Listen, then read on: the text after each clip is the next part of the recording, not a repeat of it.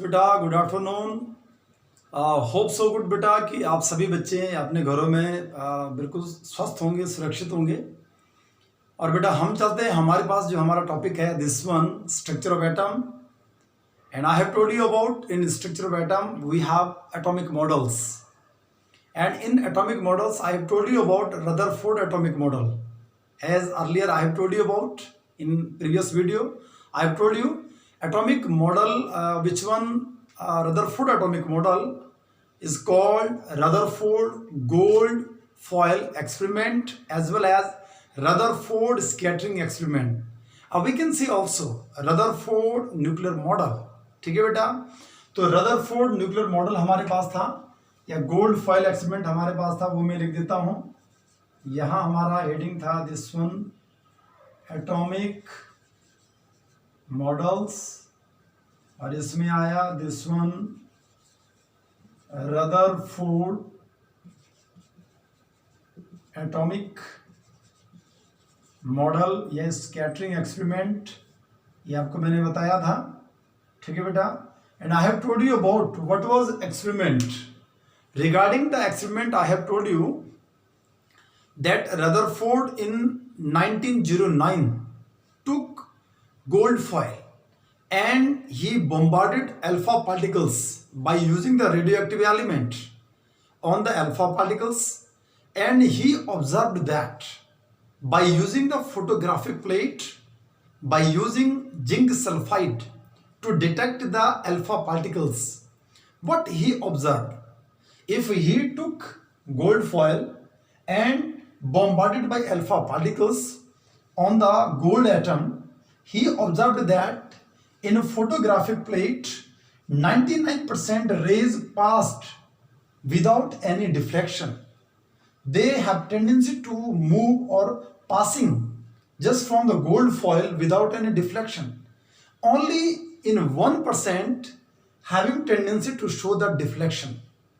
The deflection was either in the small angle, either with the large angle, and only a small percent, just from out of 20,000, only one ray having tendency to show the deflection by large angle, that was 90 degree, either we can say that 180 degree.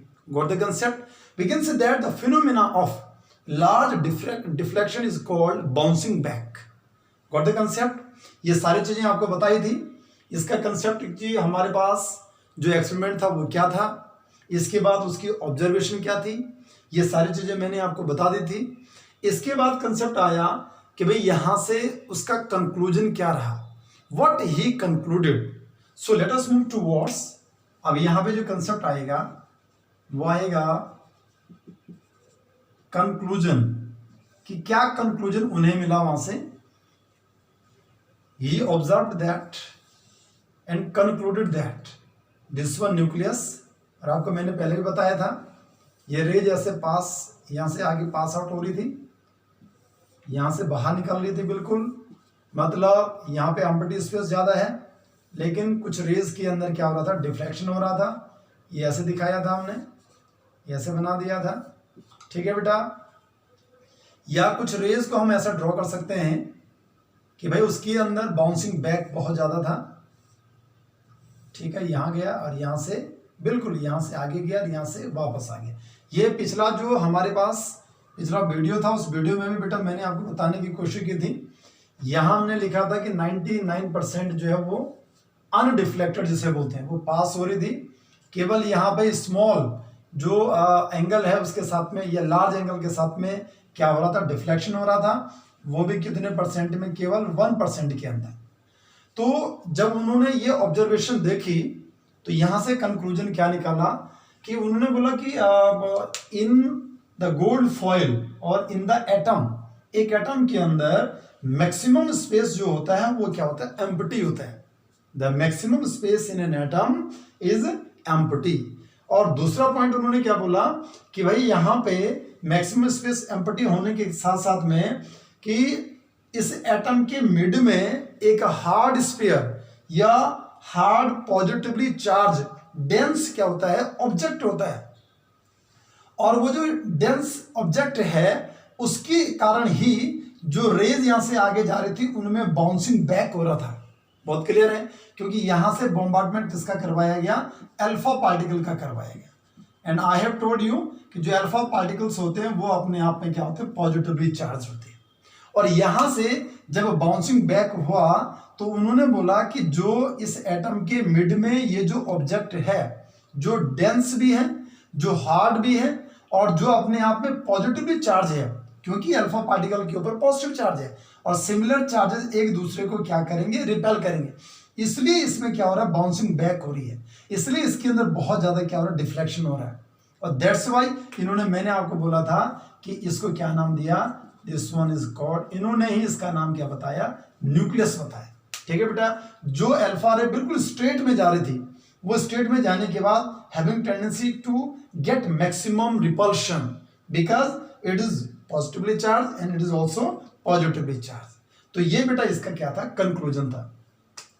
अगर मैं conclusion के point लिख दूं तो पहला point क्या लिखूंगा यहां पे कि in an atom consist maximum empty space. एक एटम के अंदर मैक्सिमम क्या होता है, एम्प्टी स्पेस होता है बेटा। ठीक है, सेकंड वाला पॉइंट लिखेंगे कि in an atom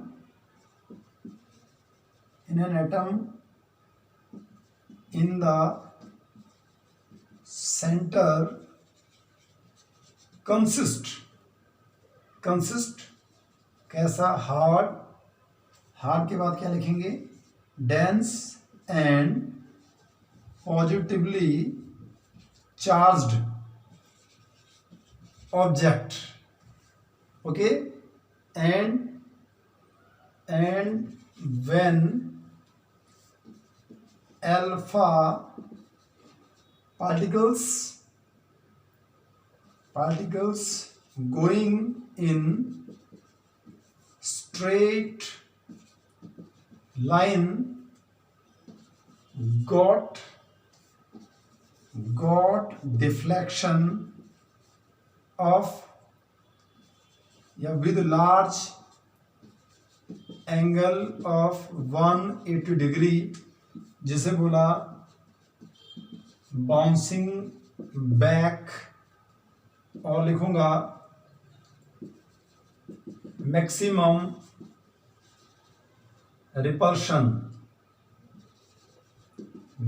repulsion and this one is called nucleus. क्या नाम दिया इसको, न्यूक्लियस नाम दिया। एंड इसे मैं आगे लिख देता हूं, and it consist proton.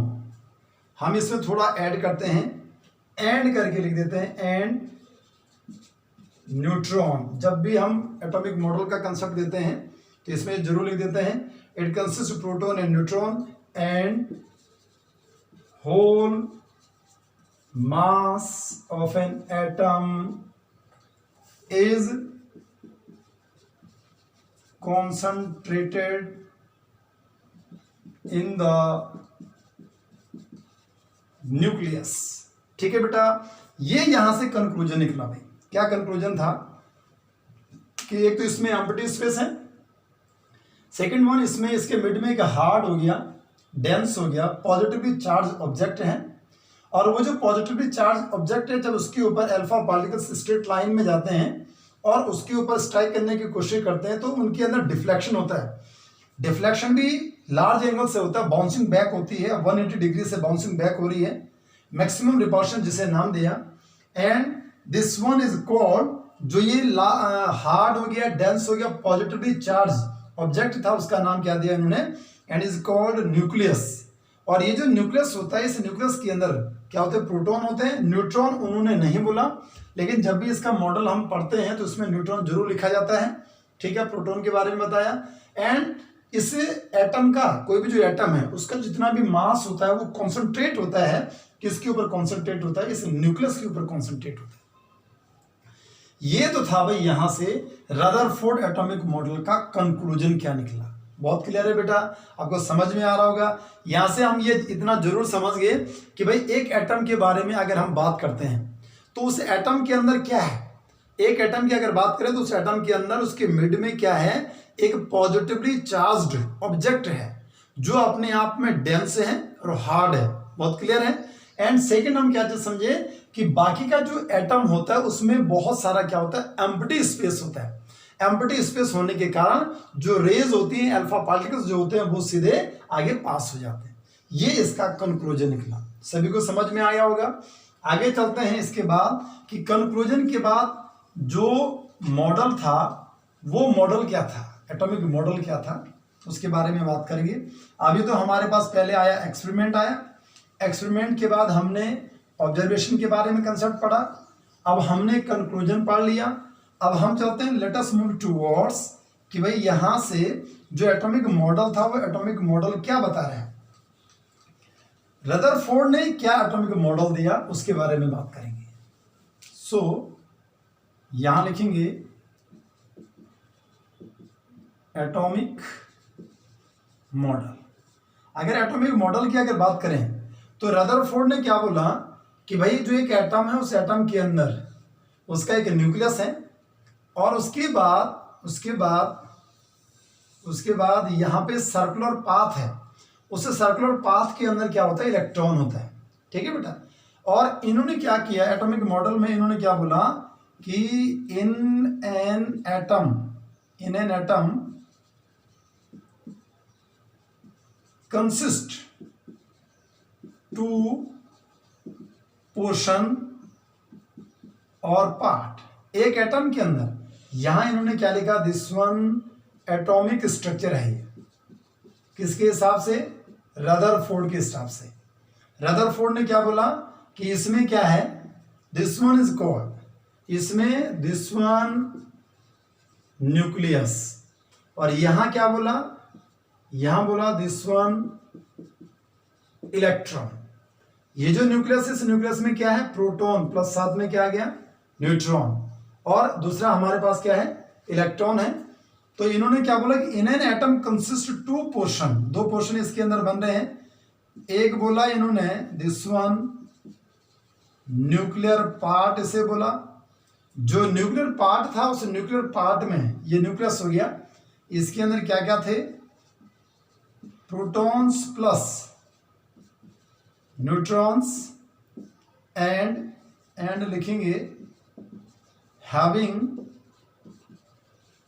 positive charge due to presence of protons, कि जो न्यूक्लियस है उसके ऊपर क्या पॉजिटिव चार्ज है, किसके कारण हो रहा, प्रोटॉन की प्रेजेंस के कारण हो रहा। या जो बी वाला पार्ट बना उसे नाम दिया this one extra nuclear part. और एक्स्ट्रा न्यूक्लियर पार्ट जो है इसमें इन्होंने लिखा, यहां क्या लिखा, प्रोटॉन और न्यूट्रॉन। यहां लिखेंगे it consist electrons and electrons are, ये तो पहले कंफर्म था, इलेक्ट्रॉन्स आर नेगेटिवली चार्ज्ड। ठीक है बेटा। और इलेक्ट्रॉन्स कहां पे होते हैं, and they are moving in a circular path. ठीक है बेटा। या सर्कुलर पाथ को बोल दिया सर्कुलर ऑर्बिट। ठीक है। बाद में जाकर के ये जो सेकंड वाला कंसेप्ट इन्होंने बोला ना, सर्कुलर पाथ वाला कंसेप्ट जो था वो फेल हो गया था इनका। वो बात की बातें हैं, जब इसका ड्रॉबैक आएगा फिर आपको बताऊंगा। ठीक है। और अगर मान लो यहां पे इसका सेकंड वाला पॉइंट अगर मैं आपको बताऊं, नाउ द सेकंड वन, जो रदरफोर्ड का मॉडल था, it looks like solar system. ठीक है बेटा। ये मॉडल बोल रहा है कि रदरफोर्ड का जो मॉडल है वो क्या बोल रहा है कि ये जो एक एटम है उस एटम का जो स्ट्रक्चर है वो किसके जैसा, सोलर सिस्टम के जैसा है। सोलर सिस्टम में क्या होता है कि जो सन है, ठीक है ना, planets are revolving around the sun. ठीक है। जो प्लैनेट्स होते हैं वो प्लैनेट्स क्या करते हैं, सन के चारों तरफ क्या करते हैं, रिवॉल्व करते हैं। सिमिलर फिनोमिना यहां उसने भी क्या कहा कि एक एटम जो है उसके अंदर जो न्यूक्लियस है वो सन के जैसा है और इलेक्ट्रॉन्स जो है वो प्लैनेट्स के जैसे हैं, और वो इलेक्ट्रॉन्स जो है वो जैसे प्लैनेट्स सन के चारों तरफ चक्कर लगाते हैं वैसे ही इलेक्ट्रॉन भी क्या कर रहा है, इस क्या कहते हैं न्यूक्लियस के चारों तरफ चक्कर लगा रहा है। तो ये था उनका atomic model which was given by Rutherford. ठीक है बेटा, ये एटॉमिक मॉडल आ गया। अब इसके बाद हम चलते हैं, इसमें एक कंसेप्ट ये उन्होंने पढ़ा कि जो एक एटम है उस एटम के अंदर जो न्यूक्लियस है वो एटम के रिस्पेक्ट में बहुत स्मॉल है, वेरी वेरी स्मॉल।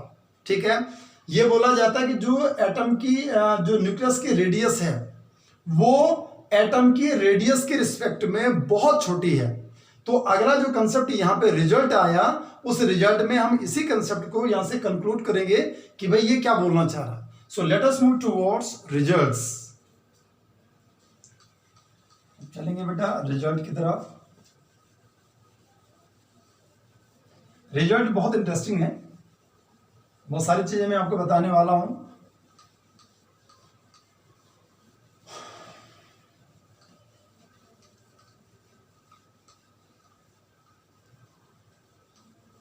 जो रदरफोर्ड का एटॉमिक मॉडल है, एक्सपेरिमेंट है, उसके अंदर अगला जो पॉइंट बना उसे नाम दिया रिजल्ट। और रिजल्ट के अंदर पहला पॉइंट मैं लिखूंगा, यहां लिखूंगा the radius of nucleus is very very small as respect to the radius of atom। ठीक है बेटा, बहुत इंपॉर्टेंट कंसेप्ट है कि जो एक न्यूक्लियस है वो न्यूक्लियस अपने आप में बहुत छोटा है। क्या बोला गया कि the radius of nucleus is very very small. किसके रिस्पेक्ट में? रेडियस ऑफ एटम, एटम के रेडियस के रिस्पेक्ट में जो न्यूक्लियस है उस न्यूक्लियस का जो रेडियस है वो बहुत क्या है, छोटा है। बहुत क्लियर है। और यहाँ पे सभी को याद रखना है कि अगर मान लो मैं यहाँ पे लिख दूं, ये सभी को याद होना चाहिए, ये गिवन वैल्यूज है, ये डाटाज हैं, ये एक्सपेरिमेंट उन्होंने देखा तो जाकर के दिया है। ठीक है, तो यहाँ लिखा गया कि रेडियस ऑफ एटम अगर मैं लिखूं तो इसे लिखा गया 10⁻⁻10 मीटर। और यहां लिखा गया नाउ रेडियस ऑफ न्यूक्लियस, तो न्यूक्लियस की जो रेडियस बनी 10⁻⁻15 मीटर। ठीक है बेटा, ये इन दोनों की क्या बनी, रेडियस बनी। और चाहे आप एटम की बात करो चाहे आप न्यूक्लियस की बात करो बेटा, ये दोनों के दोनों अपने आप में स्फेरिकल है बेटा, बोथ आर स्फेरिकल। इसलिए अगर मान लो मैं यहाँ पे क्या लिखूं, वॉल्यूम ऑफ एटम अगर मैं लिखूं, ठीक है बेटा ध्यान देंगे आप, तो अगर ये हमारे पास एटम भी स्फीयर है और न्यूक्लियस भी अगर अपने आप में स्फीयर है, तो यहाँ पे वॉल्यूम ऑफ एटम की अगर बात करें तो वॉल्यूम के लिए क्या बनेगा, 4/3 और πr³ बनेगा, या जो बराबर हमारे पास क्या बना 4/3 हो गया। जो रेडियस है एटम की, ठीक है, वो कितनी 10⁻⁻10, इसलिए क्या बन गया 4/3 पाई हो गया, और 10⁻⁻10 का क्या बनेगा, क्यूब बन जाएगा। जो बराबर आपने क्या लिखा, वॉल्यूम ऑफ एटम बराबर लिखा आपने 4/3 पाई हो गया इंटू 10⁻⁻30, ये बना हमारे पास, this is the volume of atom. Now अगर आपको क्या निकालना, वॉल्यूम ऑफ न्यूक्लियस निकालना बेटा, तो क्या करेंगे बेटा, 4/3 हो गया, क्योंकि ये भी स्फेरिकल है, πr³ बना दिया आपने, जो बराबर आपने लिखा 4/3 पाई इंटू, और r की वैल्यू कितनी बनेगी, इट जस्ट इक्वल टू 10⁻⁻15, ये दे रखा आपको इतना मीटर, इसलिए ये बराबर बना 4/3 पाई, और r की वैल्यू कितनी लिख दी, इंटू 10⁻⁻45। ये हमारे पास क्या बना, this is the volume of nucleus and this one is the volume of an atom. ठीक है, ये एटम का वॉल्यूम बना, और ये उसका जो न्यूक्लियस है, मतलब न्यूक्लियस क्या है, छोटा है, और जो एटम है वो बड़ा है। इसको थोड़ा प्रूव करते हैं, कैसे करके कि अगर मैं ऐसा करूं कि इनका रेशो बना दूं, ठीक है ना, ये वॉल्यूम ऑफ एटम हो गया, वॉल्यूम ऑफ न्यूक्लियस हो गया, इनका अगर रेशो निकालें आप, तो हम क्या बोलेंगे कि now volume of atom divided by volume of nucleus equal to क्या बनेगा, एटम का वॉल्यूम कितना है 4/3 इंटू क्या बनेगा 4/3 पाई इंटू क्या बनेगा 10⁻⁻30 बाई क्या बनेगा बेटा 4/3 हो गया और पाई हो गया इंटू 10⁻⁻45। तो ये आपका कैंसिल हो गया, ये कैंसिल हो गया, 10⁻45 आपका ऊपर चला गया, 30 सब्ट्रैक्ट हो गया, इसलिए क्या बनेगा volume of atom divided by volume of nucleus equal to बनेगा 10⁻15, क्योंकि ऊपर जाकर के पॉजिटिव में चला गया। ये इतना आगे बेटा, यही इंपॉर्टेंट कंसेप्ट है। यहां से अगर मैं आपको बोलूं कि भाई ऐसा करो volume of atom, volume of atom लिखो, तो बराबर क्या करेंगे आप 10⁻15 इंटू वॉल्यूम ऑफ क्या लिखेंगे आप न्यूक्लियस लिखेंगे बेटा, क्या लिखेंगे वॉल्यूम ऑफ न्यूक्लियस। ठीक है, यस एंड नो। क्या समझे बेटा हम यहां से ये समझे कि वॉल्यूम ऑफ एटम, एक एटम का जो वॉल्यूम है वो न्यूक्लियस के वॉल्यूम के कितने टाइम्स है 10⁻15 टाइम्स। आप समझ गए होंगे कि न्यूक्लियस कितना छोटा है, वेरी स्मॉल, डेंस है, पॉजिटिवली चार्ज है, हार्ड है, ठीक है, लेकिन है क्या बहुत छोटा है। लेकिन इसके बावजूद भी किसी भी एटम का जो मास होता है वो किसके ऊपर कॉन्सेंट्रेट करता है, किसके ऊपर, इस न्यूक्लियस के ऊपर कॉन्सेंट्रेट करता है। क्यों भाई, क्योंकि इलेक्ट्रॉन की अगर बात करते हैं तो इलेक्ट्रॉन का जो मास होता है वो प्रोटॉन के मास हो गया और न्यूट्रॉन के मास के रिस्पेक्ट में नेग्लिजिबल होता है। Got the concept. इसलिए यहाँ पे वॉल्यूम ऑफ एटम क्या हो गया, ज्यादा हो गया, बड़ा हो गया, किसके रिस्पेक्ट में, वॉल्यूम ऑफ द न्यूक्लियस। ठीक है बेटा, अब चलते हैं बेटा सेकंड नंबर का जो रिजल्ट बना वो लिखेंगे।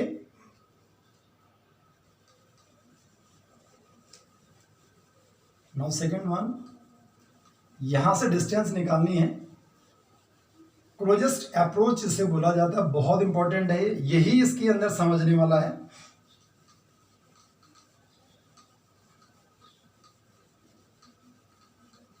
सेकंड वाला जो पॉइंट है वो बहुत समझने वाला है और ध्यान देंगे यहाँ पे। सेकंड पॉइंट मैं यहाँ लिख देता हूं और यहाँ लिखूंगा डिस्टेंस ऑफ क्लोजेस्ट अप्रोच, जिसे बोला जाता है R minimum of alpha particles. ठीक है बेटा, ये ध्यान देंगे, बहुत इंपॉर्टेंट पॉइंट है, यही इस टॉपिक का समझने वाला पॉइंट है, इसे मैं बोलूंगा इंपॉर्टेंट पॉइंट, बाकी तो याद रखने वाली चीजें थी। तो डिस्टेंस ऑफ क्लोजेस्ट अप्रोच मतलब मिनिमम जो रेडियस है वो निकालनी, किसके निकालनी, अल्फा पार्टिकल की निकालनी है। कहां से, distance of closest approach, nucleus से कितने डिस्टेंस पे है वो चीज आपको निकालनी होती है। तो ध्यान देंगे बेटा कि जैसे मान लो ये एक एटम है और इस एटम का न्यूक्लियस है ये, लाइक दिस वन। ठीक है बेटा, और यहां पे ये मान के चलते हैं, या इसे थोड़ा बड़ा बना लेता हूं, ये ऐसे बना दिया। व्हाट इज दिस, ये एक न्यूक्लियस है। याद रखेंगे न्यूक्लियस के ऊपर कितना चार्ज होगा। अगर आपको ये बोला जाए कि न्यूक्लियस के ऊपर कितना चार्ज है, तो चार्ज बराबर क्या करेंगे कि जितना इसका जेड है, जेड का मतलब होता है इसका एटॉमिक नंबर, एटॉमिक नंबर बराबर होता है नंबर ऑफ प्रोटॉन्स। ठीक है बेटा, और इनटू क्या कर लेते हैं, ई कर लेते हैं। ठीक है, ई का मतलब क्या हो गया, चार्ज हो गया। जैसे अगर आपको याद होगा मैंने कहा था कि जो हीलियम है उस हीलियम का के ऊपर जो चार्ज होता है वो कितना होता है, 2e होता है। What do you mean by e, e का मतलब जो चार्ज है इसकी वैल्यू क्या फिक्स है, 1.602 इंटू 10⁻⁻19 कूलम, है ना।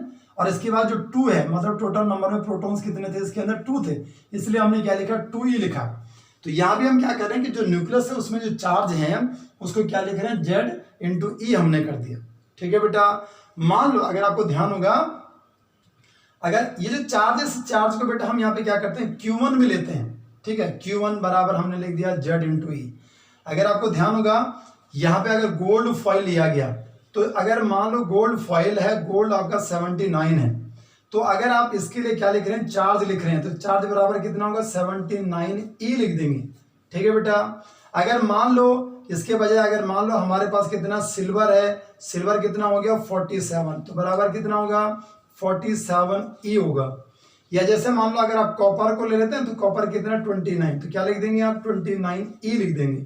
ठीक है बेटा। ये सभी बच्चों को ध्यान होना चाहिए। और ये जो चार्ज मैंने लिया है बेटा, ये चार्ज हमारे पास जो है दिस वन Q1 है। ठीक है बेटा, इतना समझ में आ गया। ये न्यूक्लियस है, इस न्यूक्लियस में क्या है, ये पॉजिटिव चार्ज आपको दिख रहा है। इसके बाद चार्ज को कैसे लेते हैं, Z इंटू E करते हैं।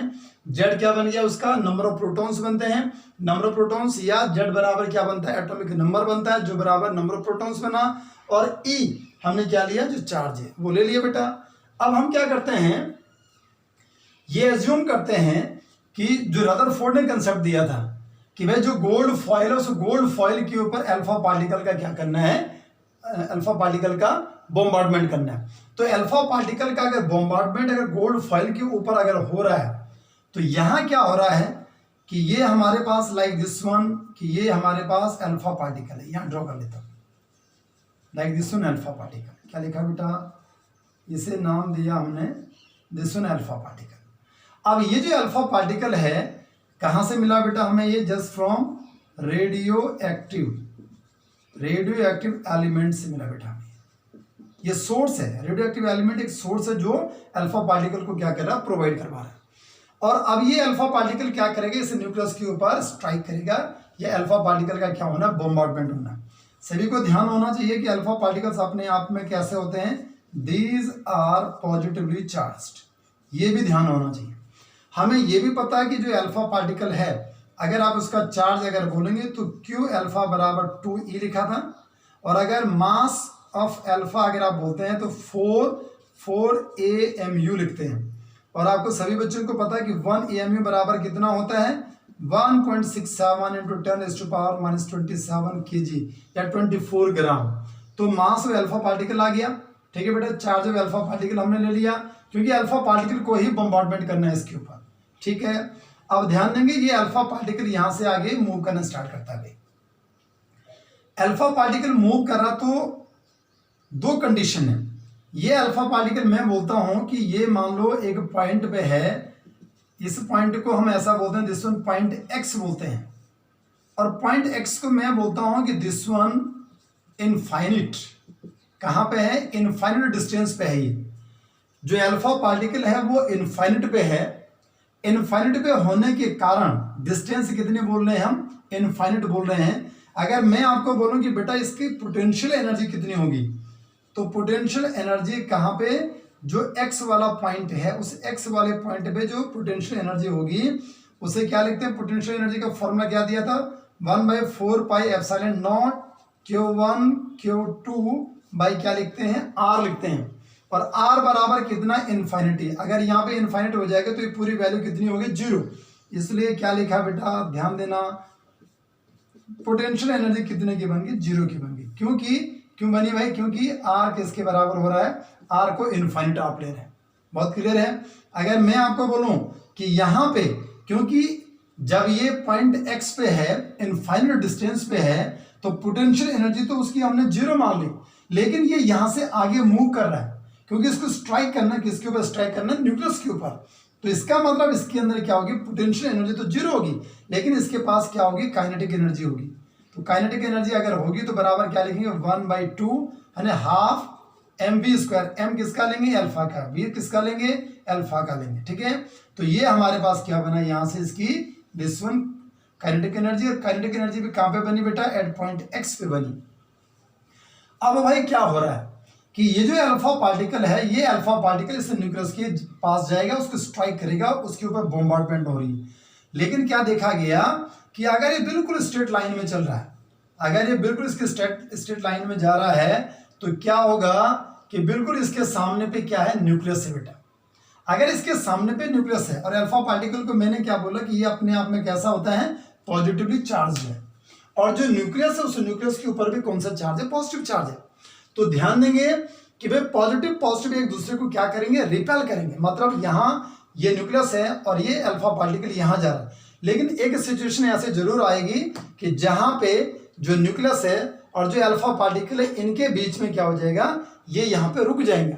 कौन रुकेगा, अल्फा पार्टिकल। किस पे नहीं जा पाएगा, न्यूक्लियस के पास नहीं जा पाएगा। क्यों भाई, क्योंकि दोनों के बीच में क्या होगी, रिपल्शन होगी।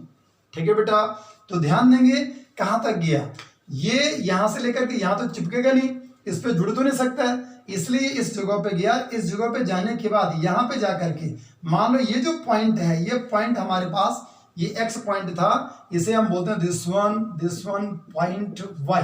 अगर हम इसे क्या बोलते हैं, पॉइंट वाई बोलते हैं। तो पॉइंट वाई जो आया वो, और ये जो हमारे पास न्यूक्लियस है, ध्यान से सुनेंगे बेटा, ये समझने वाला कंसेप्ट है। ठीक है, यहां से लेकर के यहां तक की जो डिस्टेंस है, उस डिस्टेंस को ही हम क्या बोलते हैं, क्लोजेस्ट अप्रोच बोलते हैं। दिस वन क्लोजेस्ट अप्रोच, इसी को ये आर मिनिमम बोला जाता है। ठीक है बेटा, यस एंड नो। और यहां पे जब अल्फा पार्टिकल यहां पे आया, तो अल्फा पार्टिकल यहां पे आने के बाद रुक जैसा गया, यहां से आगे नहीं जा सकता है। यहां से आगे क्यों नहीं जा रहा, क्योंकि यहां से इसका रिपल्शन स्टार्ट हो गया। रिपल्शन स्टार्ट होने का मतलब क्या हुआ कि यहां से ये कम बैक, बाउंसिंग बैक करेगा। अगर ये बाउंसिंग बैक करेगा तो हम ये बोलेंगे कि कुछ टाइम के लिए इसके पास जो इसकी वेलोसिटी थी, वो वेलोसिटी कितनी होगी, 0 की होगी। क्योंकि भाई अल्फा पार्टिकल अब इससे आगे नहीं जा रही है, रुक जैसा गया। और यहां से अगला कंसेप्ट हम ये बोलेंगे कि भाई अब इसके अंदर मूवमेंट होगा, ये बैक करेगा, पीछे के लिए आएगा, बाउंसिंग बैक होगी। बहुत क्लियर है बेटा, यस एंड नो। अब क्या कंसेप्ट आया कि एक तो हमारे पास दिस वन पॉइंट एक्स आ गया, पॉइंट एक्स पे आपने काइनेटिक एनर्जी निकाल दी, पोटेंशियल एनर्जी निकाल दी। अब अगर मान लो यहाँ पे जो वेलोसिटी है अगर वो 0 की बन गई, तो इसी कंडीशन पे जो पॉइंट वाई होगा, एट पॉइंट वाई जो काइनेटिक एनर्जी होगी पॉइंट वाई पे, वो बराबर कितनी होगी, अगर ये 0 हो जाए तो ये पूरा का पूरा 0 होगा। इसलिए काइनेटिक एनर्जी यहाँ पे कितने की होगी बेटा, पॉइंट वाई पे 0 होगी।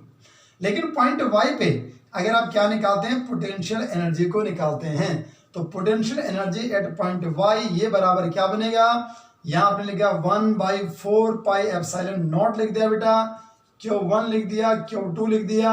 और यही आपको ध्यान रखेंगे कि यही आपको जो ये आर मिनिमम मैं बोल रहा हूं, यही आपको निकालनी है, यही आर मिनिमम है।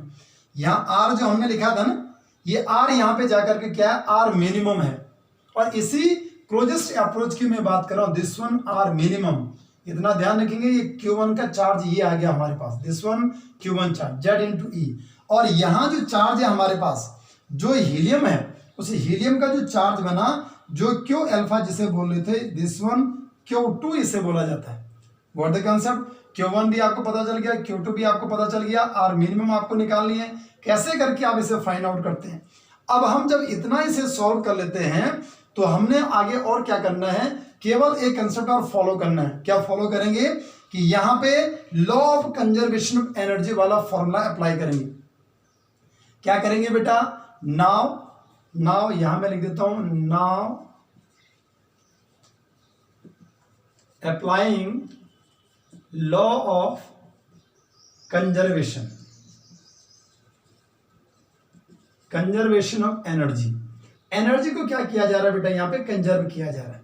अगर एनर्जी को कंजर्व करें तो हम क्या बोलेंगे कि टोटल एनर्जी जो पॉइंट किस पे है बेटा, एक्स पे है, वो बराबर क्या बनेगा, टोटल एनर्जी जो पॉइंट किस पे है, वाई पे है।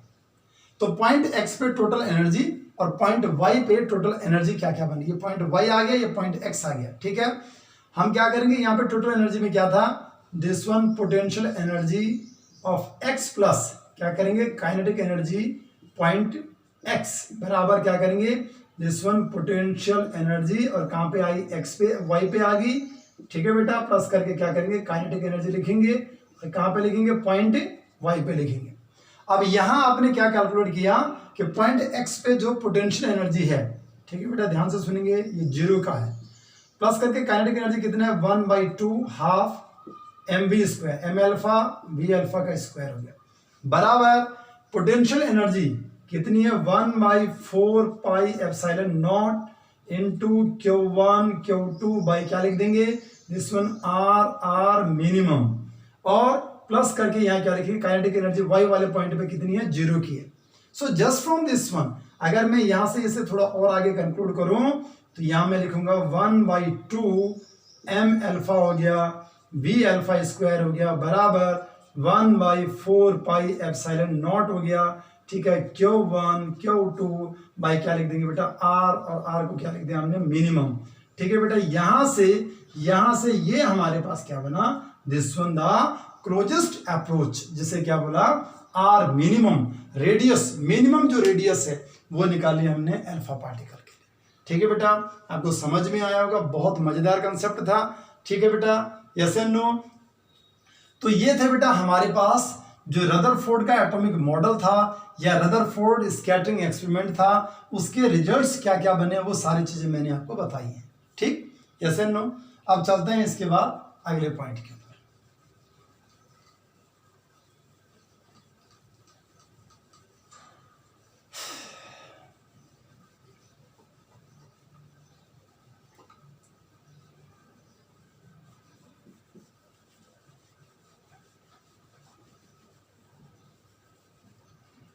पानी पी लेता हूँ।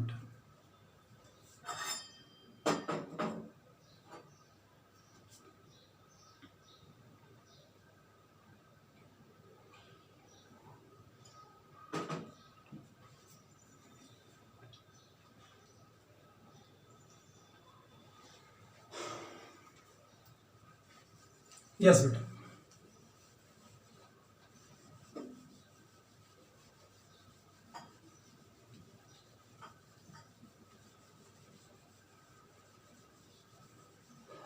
अब बेटा हमारे पास जो कंसेप्ट आता है वो आता है ड्रॉबैक्स ऑफ रदरफोर्ड एक्सपेरिमेंट, या जो रदरफोर्ड का एटॉमिक मॉडल था उसका ड्रॉबैक क्या था। तो यहां लिखेंगे drawbacks of Rutherford atomic model, जो रदरफोर्ड का एटॉमिक मॉडल था उसका ड्रॉबैक क्या था, ठीक है बेटा। ध्यान से सुनो, ये भी बहुत मजेदार कंसेप्ट है, और ये क्या बोलता है इसे समझेंगे आप। रदरफोर्ड ने जो कंसेप्ट दिया, अकॉर्डिंग टू रदरफोर्ड, कि भाई जो एक एटम का स्ट्रक्चर है, it looks like solar system, ये किसके जैसा है, सोलर सिस्टम के जैसा है। तो सोलर सिस्टम में क्या बोला कि जो सन है उसके चारों तरफ जो प्लैनेट्स होते हैं वो रिवॉल्व करते हैं, लेकिन क्या देखा गया कि जो सन है वो अपने आप में मैसिव, ठीक है, बहुत ज्यादा मास वाला है, और जो प्लैनेट्स हैं वो भी मैसिव हैं एक। और अगला कंसेप्ट अगर मैं आपको बोलूं कि जो चाहे वो सन की बात करें चाहे वो प्लैनेट्स की बात करें, हम इनको बोलते हैं कि वो न्यूट्रल हैं, they don't have any charge, बहुत क्लियर है। लेकिन यहां कंसेप्ट क्या आया कि हमारे पास जो एटॉमिक स्ट्रक्चर बना उसमें जो न्यूक्लियस है उस न्यूक्लियस के ऊपर भी क्या चार्ज है, और जो हमारे पास इलेक्ट्रॉन्स हैं इनके ऊपर भी चार्ज है, दोनों के दोनों अपने आप में चार्ज पार्टिकल्स हैं। एंड द सेकंड वन, वो अपने आप में क्या है, टिनी, उनका मास बहुत कम है। अगर उनका मास बहुत कम है, अगर वो चार्ज पार्टिकल्स हैं, तो सोलर सिस्टम को हम इसके साथ में जो एटम का स्ट्रक्चर है उसके साथ में कंपेयर नहीं कर सकते। जो रदरफोर्ड था, उस रदरफोर्ड ने बोला कि एक एटम का स्ट्रक्चर जो है उसमें ये न्यूक्लियस हो गया, और उसके बाद जो सर्कुलर पाथ है इसमें क्या कर रहा है, इलेक्ट्रॉन रिवॉल्व कर रहा है, ये दिस वन इज कॉल्ड, ये अपने आप में कैसा था, सर्कुलर, अकॉर्डिंग टू किसने बोला, ये बाय रदरफोर्ड, ठीक है बेटा, यस एंड नो। बट यहां पे एक साइंटिस्ट आए और जिनका नाम था मैक्सवेल, ठीक है, और ये जो मैक्सवेल थे, इन मैक्सवेल ने क्या किया, इसे बोला जाता है क्लासिकल थ्योरी ऑफ मैग्नेटिज्म, ठीक है बेटा। इन्होंने एक थ्योरी दी, इन्होंने क्या थ्योरी दी कि classical theory of magnetism was given by, the theory was given by Maxwell. और मैक्सवेल जो साइंटिस्ट थे, इन्होंने क्या बोला कि एवरी चार्ज पार्टिकल्स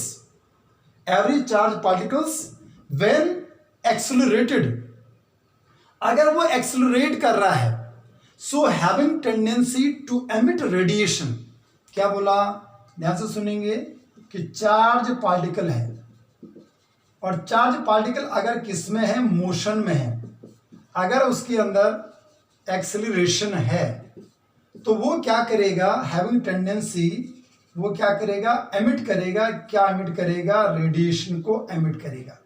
किसमें रेडिएशन को एमिट करेगा, in the form of electromagnetic waves.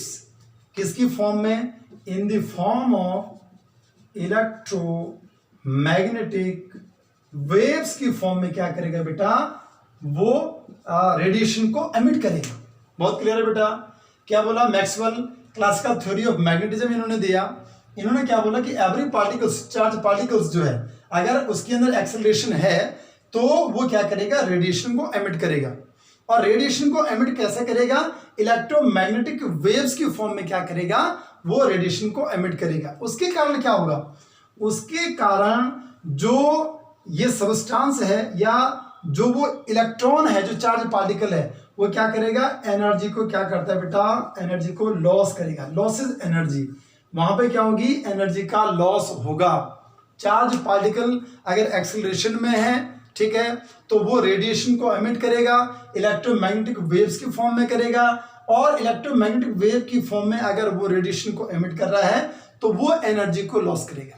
अगर वो एनर्जी को लॉस करता है तो उस कंडीशन में, ध्यान से सुनिएगा, अब ये वाला जो पॉइंट है, जो सर्कुलर, जो हमारे पास सर्कुलर ऑर्बिट था या पाथ था जिसे हम बोल रहे हैं, ये जो सर्कुलर ऑर्बिट या सर्कुलर पाथ था, इसकी जो रेडियस होती है, ये रेडियस क्या हो जाती है, डिक्रीज कर जाती है। ऐसे क्या बोला गया कि हमारे पास चार्ज पार्टिकल ने जैसा रेडिएशन को एमिट किया इलेक्ट्रोमैग्नेटिक वेव की फॉर्म में, ये एनर्जी को लॉस कर जाता है। जैसे मैं इलेक्ट्रॉन की बात कर रहा हूँ, इलेक्ट्रॉन चार्ज बॉडी है तो वो अपनी एनर्जी को लॉस करेगा।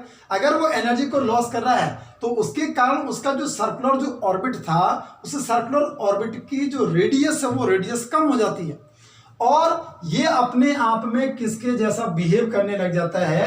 ये सर्कुलर ऑर्बिट अब किसके जैसा हो जाता है, ये स्पाइरल वे में चेंज हो जाता है। और अगर ये स्पाइरल वे में चेंज होगा तो एवरी एन ईच टर्न पे जैसे ये अपनी एनर्जी को लॉस करेगा तो विद इन 10⁻⁻8 सेकंड के अंदर जो ये इलेक्ट्रॉन है, वो इलेक्ट्रॉन किसके ऊपर गिर जाएगा, एक एटम का जो क्या होगा, न्यूक्लियस होगा। इस न्यूक्लियस में जो इलेक्ट्रॉन है वो इसके ऊपर गिर जाएगा। बहुत क्लियर है बेटा।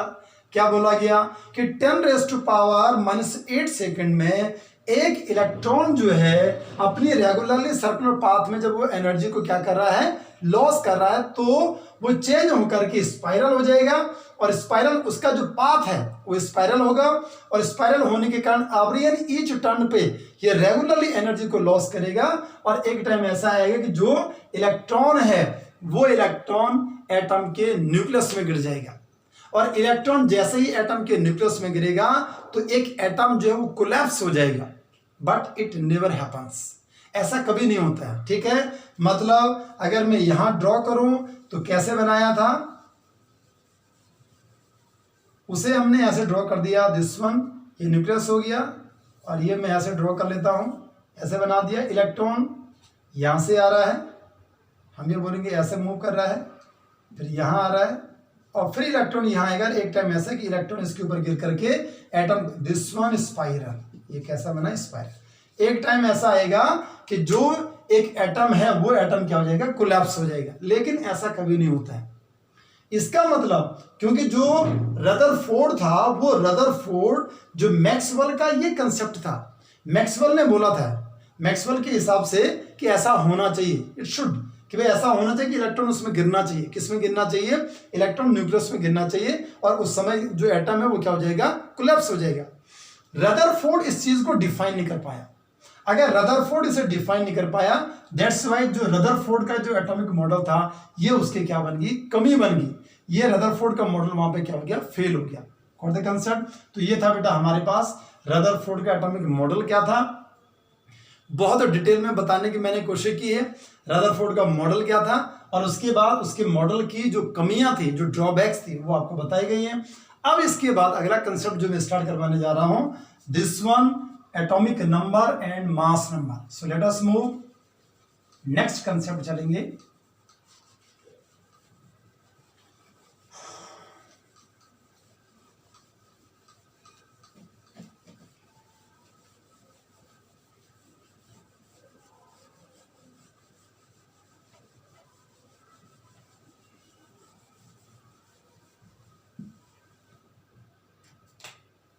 नाउ बेटा हमारे हेडिंग बनी this one atomic number and mass number. छोटी छोटी चीजें हैं, सभी बच्चों को समझ में आनी चाहिए. तो हम सबसे पहले यहां लिखेंगे this one atomic number. Atomic number क्या है? Atomic number it is equal to the number of protons and or equal to the number of electrons. ठीक है बेटा, या ऐसे लिखूंगा it is denoted by Z.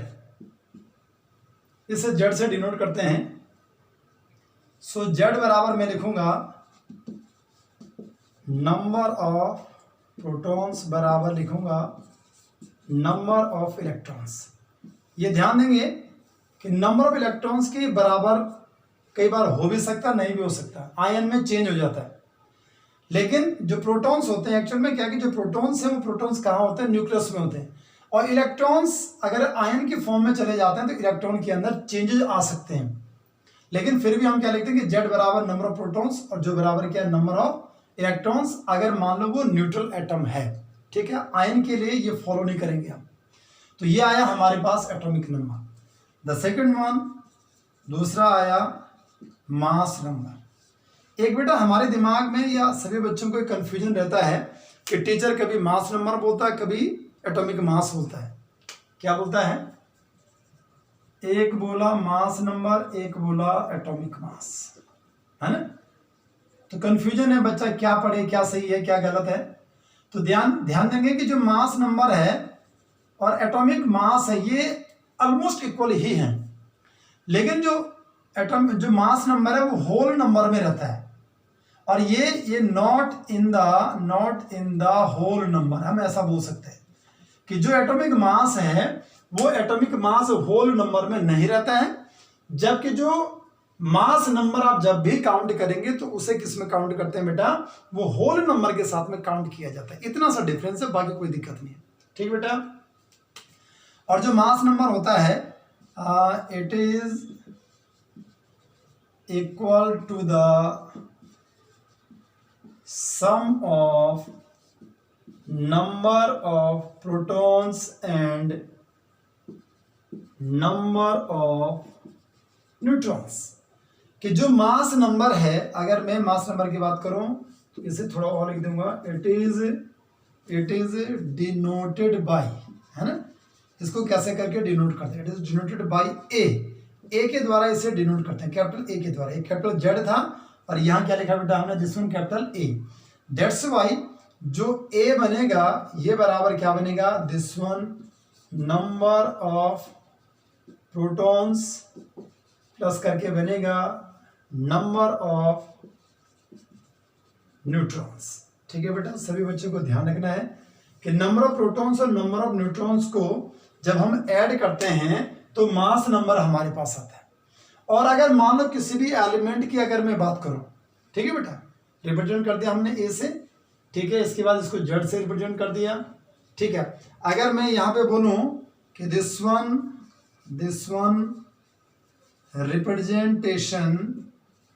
Representation of an element. एक element को भाई ऐसा करो, रिप्रेजेंट करो. तो एक एलिमेंट को अगर आप रिप्रेजेंट करना चाहते हैं बेटा तो क्या करेंगे?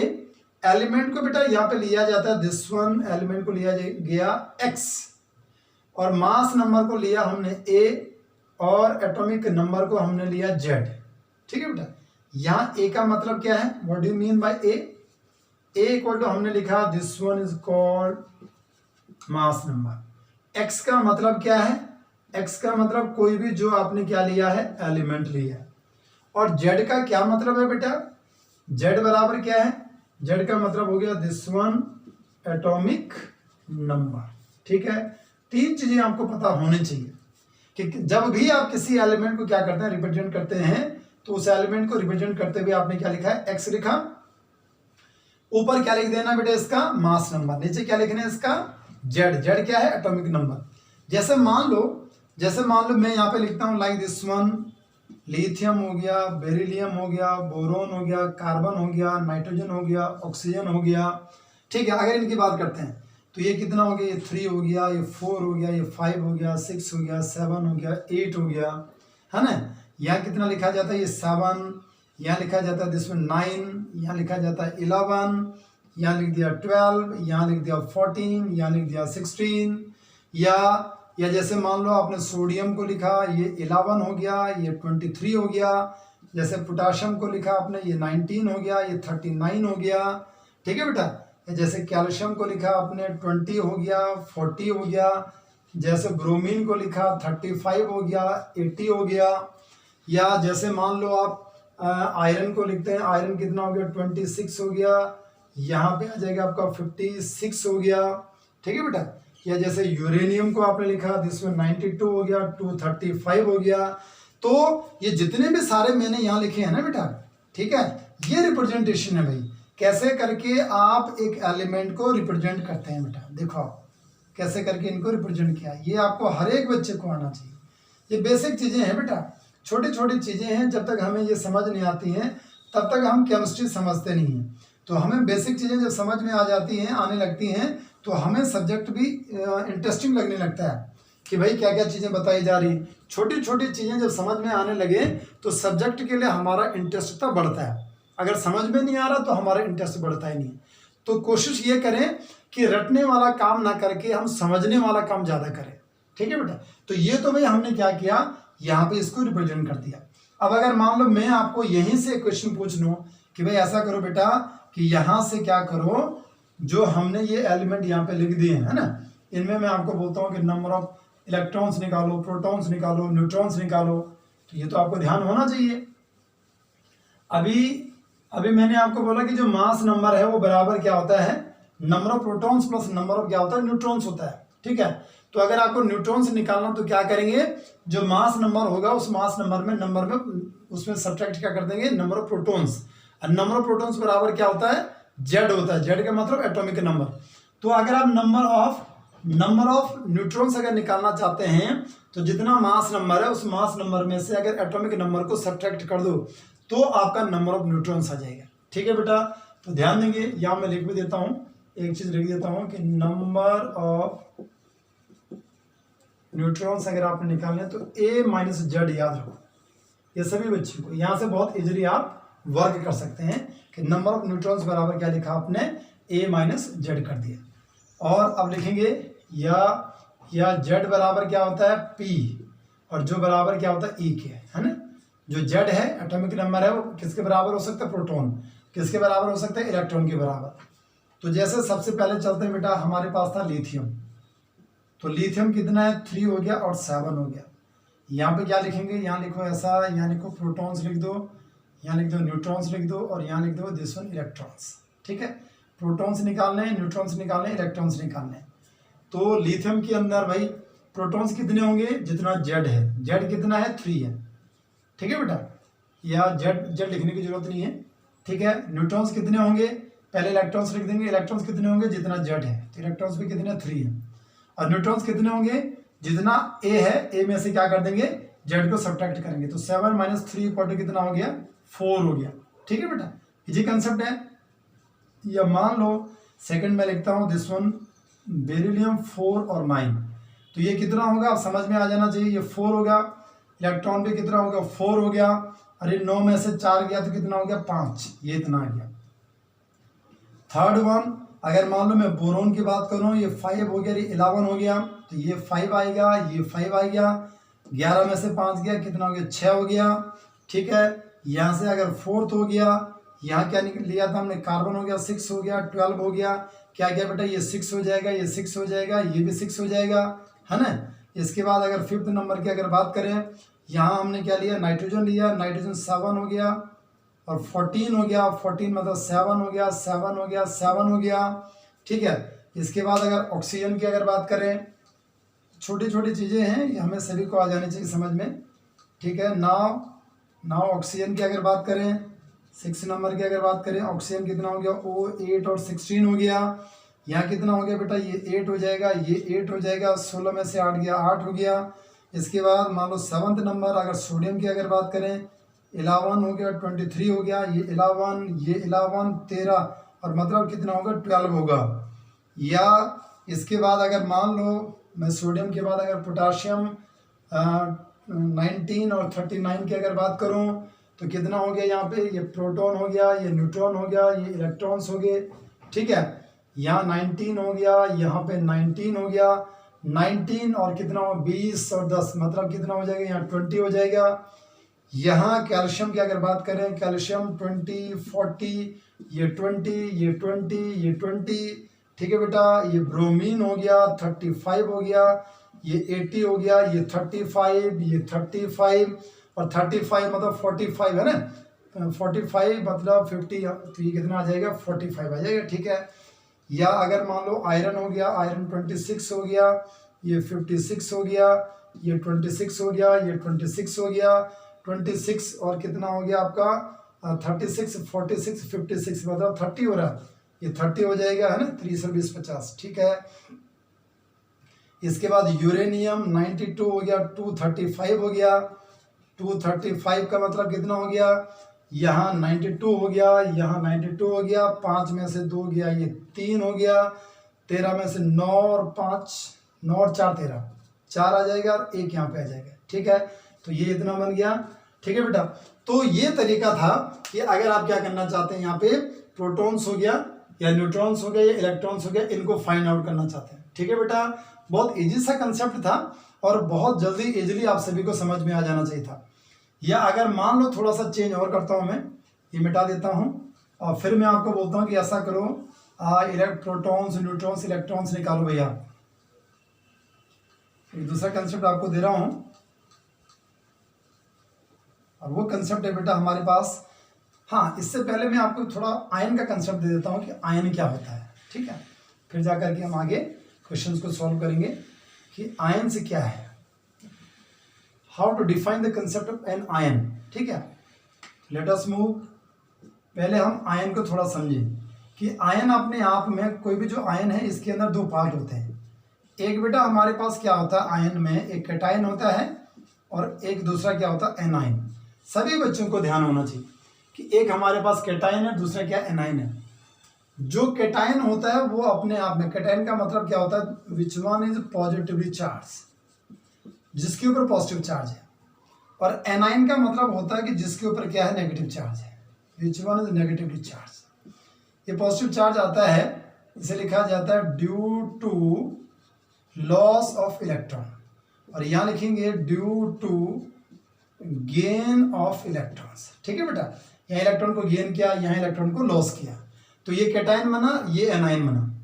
अगर मान लो मैं इसमें बोलूँ कि जो नंबर ऑफ प्रोटॉन्स होते हैं, है ना, नंबर ऑफ प्रोटॉन्स बराबर क्या होगा, जेड के होगा, एटॉमिक नंबर की, तो यहाँ भी वही होगा, नंबर ऑफ प्रोटॉन्स जो है वो बराबर किसके होगा, जेड के होगा, ठीक है। सेकंड वाला पॉइंट भी समझ में आ गया।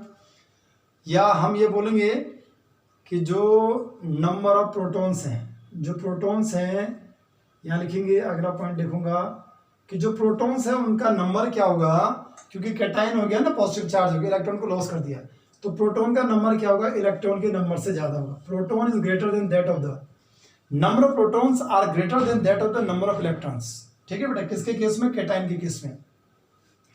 और यहाँ पे क्या लिखेंगे कि जो प्रोटॉन्स हैं वो कम होते हैं, इलेक्ट्रॉन से ज्यादा होते हैं, ठीक है बेटा, ध्यान देंगे। इलेक्ट्रॉन्स जो एनायन होता है उसमें इलेक्ट्रॉन ज्यादा होता है, प्रोटॉन कम हो जाता है, ठीक है। या और लिखेंगे, अगर मान लो आप नंबर ऑफ इलेक्ट्रॉन्स की अगर बात करें तो नंबर ऑफ इलेक्ट्रॉन्स के लिए क्या करेंगे कि जितना जेड है उसे जेड में से उसके ऊपर कितना चार्ज आ रखा है, ठीक है बेटा। जो हमारे पास कैटायन है उसे कैटायन में कितने इलेक्ट्रॉन्स होंगे, तो क्या करेंगे, कि जो उसके पास जितना जेड होगा उस जेड में से क्या कर देंगे, चार्ज को सब्ट्रैक्ट कर देंगे। ठीक है बेटा। और अगर मान लो आप यहाँ भी क्या एनायन के केस में नंबर ऑफ क्या निकालना चाहते हैं, इलेक्ट्रॉन्स निकालना चाहते हैं, तो क्या करेंगे कि जितना चार्ज होगा, है ना, जैसे मान लो Cl नेगेटिव आयन है तो चार्ज सॉरी जो जेड है, जेड कितना उसका 17 है, और उसमें क्या करेंगे नेगेटिव आयन आ गया तो एक इलेक्ट्रॉन बढ़ गया, इसलिए क्या करेंगे प्लस करके क्या लिख देंगे, जो चार्ज आया, चार्ज एक न्यूमेरिकल वैल्यू के साथ में लिखेंगे, पॉजिटिव नेगेटिव नहीं लिखेंगे। ठीक है बेटा, इतना समझ गया। ठीक है, जैसे मान लो एक एग्जांपल यहीं पे मैं आपको बताता हूँ, जैसे मैंने लिखा ये सोडियम लिख दिया बेटा, है ना, सोडियम प्लस आयन लिख दिया, और यहाँ मैंने लिख दिया Cl नेगेटिव आयन, जबकि ये आपका कितना होता है 17 होता है। ठीक है बेटा, 17 के साथ में कितना हो गया 23, ये कितना होता है हमारे पास दिस वन 17 हो गया, और ये कितना, अरे ये गलत लिख दिया मैंने, दिस वन 11 और 23, ये 17 हो गया, और 17 के साथ में क्या लिख दिया 35.5 लिख दिया। ठीक है बेटा, अब समझेंगे आप इसे। हाँ, ये पॉइंट वाला कंसेप्ट ना लिख करके मैं इसका 35 भी लेता हूँ। तो अगर मान लो ये वाली कंडीशन है, तो अगर मैं आपको ये बोलूँ इसके केस में समझो, पहले कैटाइन वाले को समझो फिर एनाइन वाले को समझो।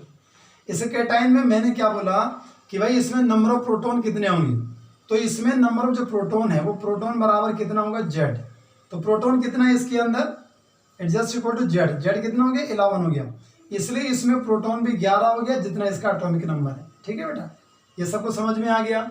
और एक चीज और मैं आपको बोलूं कि इसमें नंबर ऑफ इलेक्ट्रॉन्स अगर आपको निकालना, तो नंबर ऑफ इलेक्ट्रॉन्स निकालने के लिए क्या करेंगे, नंबर ऑफ इलेक्ट्रॉन्स बराबर क्या करेंगे, जो जेड है, जेड कितना है 11। ठीक है बेटा, और उसमें से क्या करेंगे चार्ज को सब्ट्रैक्ट कर देंगे, तो चार्ज कितना है, एक का चार्ज है। मैंने आपको बोला था कि यहाँ पॉजिटिव नेगेटिव नहीं लिखना, यहाँ जो नंबर आता है न्यूमेरिकल जो वैल्यू होती है वो लिखेंगे, तो कितना पॉजिटिव का मतलब लॉस करना, तो लॉस करेगा तो क्या करेंगे यहाँ पे 11 - 1 जो बराबर कितना होगा 10, इसका मतलब जो Na+ आयन है, इस Na+ आयन के अंदर नंबर ऑफ इलेक्ट्रॉन्स कितने होंगे 10 हो गए, नंबर ऑफ प्रोटॉन्स कितने हो गए 11 हो गए, यहाँ पे जेड कितना हो गया 11 हो गया। ये तो मैंने बात की कैटाइन की। एनाइन की अगर बात करें, मान लो क्लोराइड आयन हमारे पास है, ठीक है बेटा, इसे क्लोराइड आयन के अंदर मैं लिखूंगा नंबर ऑफ प्रोटॉन्स बराबर, है ना, नंबर ऑफ प्रोटॉन्स बराबर जेड, और जेड बराबर कितना हो गया 17, तो प्रोटॉन्स कितने आ गए 17 आ गए। और अगर मैं आपको बोलूं कि ऐसा करो नंबर ऑफ इलेक्ट्रॉन्स निकालो, तो नंबर ऑफ इलेक्ट्रॉन्स अगर आपने निकालना है, तो नंबर ऑफ इलेक्ट्रॉन्स निकालने के लिए क्या करेंगे कि जो जेड है, जेड कितना है 17 है, तो क्या क्या बेटा 17 और प्लस कर देंगे, और कितना चार्ज है, एक का चार्ज, माइनस का 1 है, इसलिए +1 करेंगे जो बराबर कितना होंगे 18 का इलेक्ट्रॉन्स होंगे। तो होप सो गुड कि आपको जो ये कन्वर्जेंस जो चीजें मैंने आपको सिखाई हैं ये आपको समझ में आया हो। समझ रहे बेटा आप? तो ये था हमारे पास कि आयन के अंदर। अब मैं यहाँ पे क्या करता हूँ, कुछ आयन देता हूँ और उसमें से आपको फाइंड आउट करने के लिए बोलता हूँ कि ऐसा करो, इलेक्ट्रॉन हो गया, प्रोटॉन हो गया, न्यूट्रॉन हो गया, इनको फाइंड आउट करो। तो देखो आप,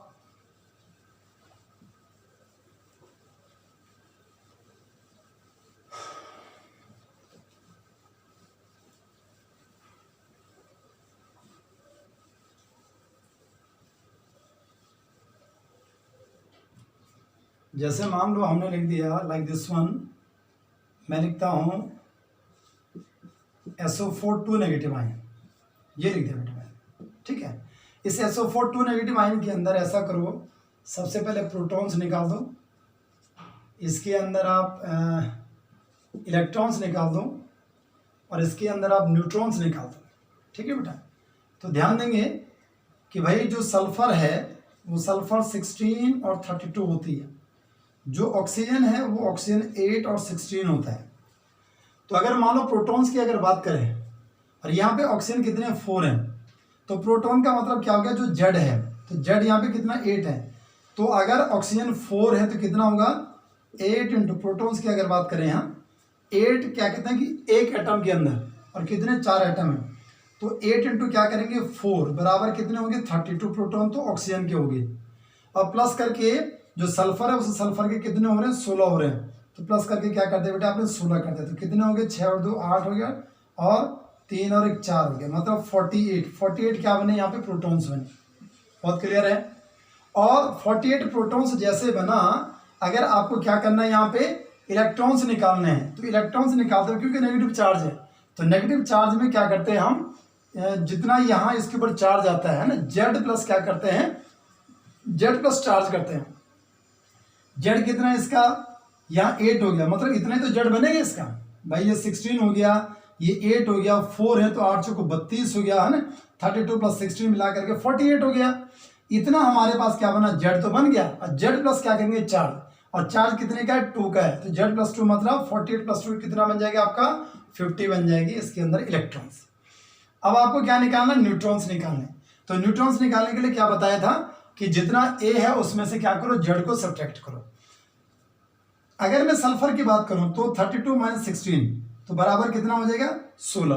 तो अगर यहाँ पे आप नंबर ऑफ न्यूट्रॉन्स निकालने की अगर बात करें तो न्यूट्रॉन्स निकालने के लिए क्या करेंगे, 16 में 32 में से 16 गया 16, 16 तो यहाँ से आ गई, और यहाँ पे 16 में से 8 गया कितना, 8, लेकिन है कितने, 4, इसलिए 8 को 32 मतलब 32, जो बराबर कितना हो जाएगा आपका, जितना ये आया था दिस 48, इसलिए इसमें नंबर ऑफ जो न्यूट्रॉन्स बने वो कितने बन जाएंगे आपके, 48 बनेंगे। ठीक है बेटा, यस एंड नो, समझ में आया होगा। या मान लो एक दूसरा मैं यहाँ पे लिख देता हूँ, like this one, ammonium plus ion है, इस अमोनियम प्लस आयन के अंदर प्रोटॉन्स निकालो, इलेक्ट्रॉन्स निकालो, न्यूट्रॉन्स निकालो। याद रखेंगे कि जो हाइड्रोजन है 1H1 जिसे बोलते हैं, इसमें नंबर ऑफ न्यूट्रॉन्स कितने होते हैं, 0 होते हैं, 1 - 1 = 0। एक प्रोटॉन ही ऐसा होता है हाइड्रोजन जिसे मैं लिख रहा हूँ 1H1 जिसे लिख रहा हूँ, ठीक है, 1H1 हाइड्रोजन जिसे लिखा, इसमें नंबर ऑफ न्यूट्रॉन्स कितने होते हैं, 0 होते हैं। बाकी सभी के अंदर फंडामेंटल पार्टिकल्स जो इलेक्ट्रॉन्स, प्रोटॉन्स, न्यूट्रॉन्स वो सारे पाए जाते हैं, ये मैं आपको पहले भी बता चुका हूँ। तो ध्यान देंगे कि अब क्या बना, यहाँ पे जो नाइट्रोजन है, नाइट्रोजन को कैसा लिखते हैं, नाइट्रोजन 7 हो गया और 14 हो गया। तो अगर मान लो आप इसमें प्रोटॉन निकालना चाहते हैं तो इसके कितने होंगे, 7 होंगे, ठीक है, 7 और प्लस करके हाइड्रोजन कितने हैं, 1 है, ठीक है, हाइड्रोजन 1 है और 4 है तो कितना हो गया, 4, तो 7 4 11, मतलब 11 क्या होंगे, प्रोटॉन्स होंगे। इलेक्ट्रॉन्स की अगर बात करेंगे तो भाई इलेक्ट्रॉन्स में कितना आएगा, जो 11 था उसमें से 1 कम कर देंगे तो कितना आ जाएगा, 10 बन जाएगा। बहुत क्लियर है, 7 4 11 बनेगा ना, क्योंकि पूरे का निकालने हम, तो 11 - 1 कर देंगे, क्योंकि पॉजिटिव चार्ज है, पॉजिटिव चार्ज का मतलब क्या हो गया, इलेक्ट्रॉन का कम होना। और न्यूट्रॉन की अगर बात करें तो न्यूट्रॉन कितने होंगे, क्योंकि हाइड्रोजन के अंदर तो एक भी न्यूट्रॉन नहीं है, तो यहाँ तो 0 होगा, तो न्यूट्रॉन केवल किसका आएगा, नाइट्रोजन का आएगा, जो बराबर कितना है, 14 - 7 बराबर कितना हो गया, 7। तो आशा करता हूँ कि आप बच्चों को ये सारे समझ में आ रहे होंगे, ठीक है। अब बाकी के होमवर्क मैं आपको दे रहा हूँ, जैसे PO4 3 नेगेटिव हो गया, इसमें आपको खुद निकालने हैं, या जैसे मान लो मैं लिखता हूँ NO3 नेगेटिव आयन, इसमें आप खुद निकाल दो, ठीक है बेटा। क्या क्या निकालने, प्रोटॉन्स निकालने, इलेक्ट्रॉन्स निकालने, न्यूट्रॉन्स निकालने हैं, ये आपको निकालना आना चाहिए। ये चीज़ें बेटा मैंने आपको आज बताई हैं। इसके बाद एक टॉपिक और आता है, एक टेबल बना के मैं आपको दे रहा हूँ, और उसमें से आपको क्या करना, ऐसा भी क्वेश्चन आपका बनता है, उसमें से आपको इलेक्ट्रॉन, प्रोटॉन और न्यूट्रॉन निकालने हैं, वो मैं आपको बता रहा हूँ कैसे करके आपको उसे फाइंड आउट करना है। देखो आप देखेंगे बेटा, टेबल बना रहा हूँ यहाँ पे, और उसके बाद आपको क्या करना है, उसे फाइंड आउट करना है। And this is the last one, ये लास्ट टॉपिक है, लास्ट क्वेश्चन बोलूँगा मैं इसे बेटा। तो अगर मान लो इस क्वेश्चन की अगर मैं बात करूँ, लास्ट नंबर का क्वेश्चन मेरे पास बन रहा है, तो सबसे पहले हम क्या करेंगे, यहाँ लिख देंगे पार्टिकल्स, है ना। पार्टिकल हम कुछ भी ले रहे हैं, एटम ले रहे हैं या आयन ले रहे हैं, या एलिमेंट ले रहे हैं या आयन ले रहे हैं। इसके बाद आएगा इसका मास नंबर हो गया, फिर आ गया एटॉमिक नंबर हो गया, फिर यहाँ पे लिखेंगे प्रोटॉन्स हो गया, यहाँ लिख दिया न्यूट्रॉन्स हो गया, और यहाँ लिख दिया इलेक्ट्रॉन्स हो गया, ठीक है बेटा। मान लो हमने क्या लिखा है यहाँ पे, दिस वन मैं लिखता हूँ O लिख देता हूँ, ठीक है। ये टेबल आपको फिल करनी है, कोई इतना बड़ा काम नहीं है। मैंने यहाँ पे लिख दिया, यहाँ लिखता हूँ बेटा मैं दिस वन 8 लिख देता हूँ, ठीक है बेटा। तो वे ध्यान देंगे कैसे करके आप इसे सॉल्व करेंगे, बाकी के टेबल कैसे करके आपको कंप्लीट करना है। मैंने केवल आपको इन्फॉर्मेशन दी कि इसके पास 8 क्या है, प्रोटॉन्स हैं, तो आपको क्या करना है कि इसके अंदर इसका न्यूट्रॉन भी निकालना है, इलेक्ट्रॉन भी निकालना है, ठीक है, और साथ में आपको एटॉमिक नंबर भी निकालना है और मास नंबर भी निकालना। कैसे करके आप इस टेबल को कंप्लीट करेंगे, समझो आप कि भाई अगर प्रोटॉन इसके पास कितने 8 हैं, है ना, ये क्वेश्चन हमारा, इसका आंसर सॉल्व करेंगे। तो अगर इसके पास प्रोटॉन कितने 8 हैं, तो 8 प्रोटॉन हो, क्योंकि ये न्यूट्रल है तो 8 ही इसमें क्या होंगे, इलेक्ट्रॉन्स होंगे। और अगर भाई 8 प्रोटॉन है तो 8 ही इसके पास क्या होगा, इसका एटॉमिक नंबर भी 8 होगा। बहुत क्लियर है बेटा, यस एंड नो। अब हम क्या करेंगे कि प्रोटॉन भी आ गया हमारे पास, 8 हो गया, इसके बाद क्या एटॉमिक नंबर कितना हो गया, 8 हो गया, ठीक है।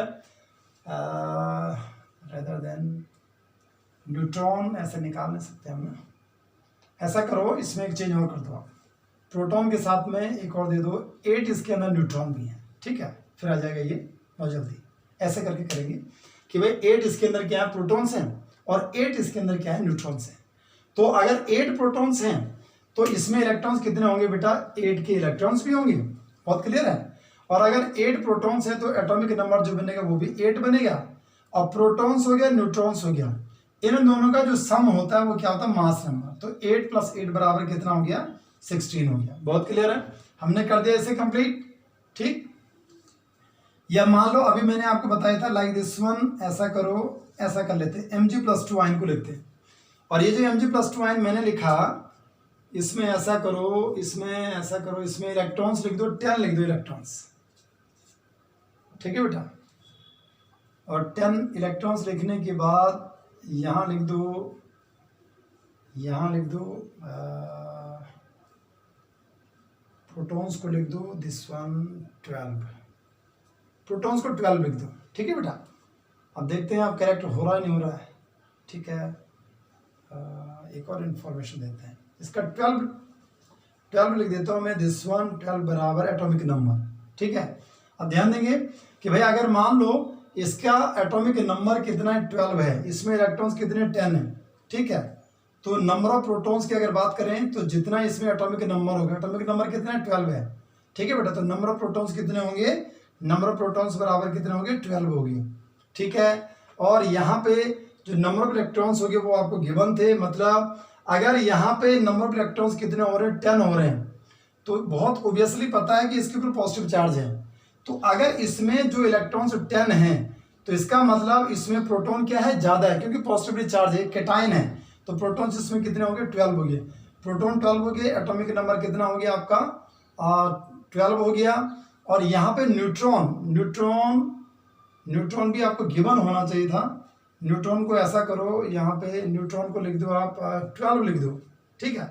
न्यूट्रॉन भी गिवन है, इसका मतलब अगर आपको न्यूट्रॉन भी गिवन है और प्रोटॉन भी आपको क्या कहते हैं गिवन था, तो ये मिला करके कितना हो गया आपका, 24 हो गया, ठीक है बेटा।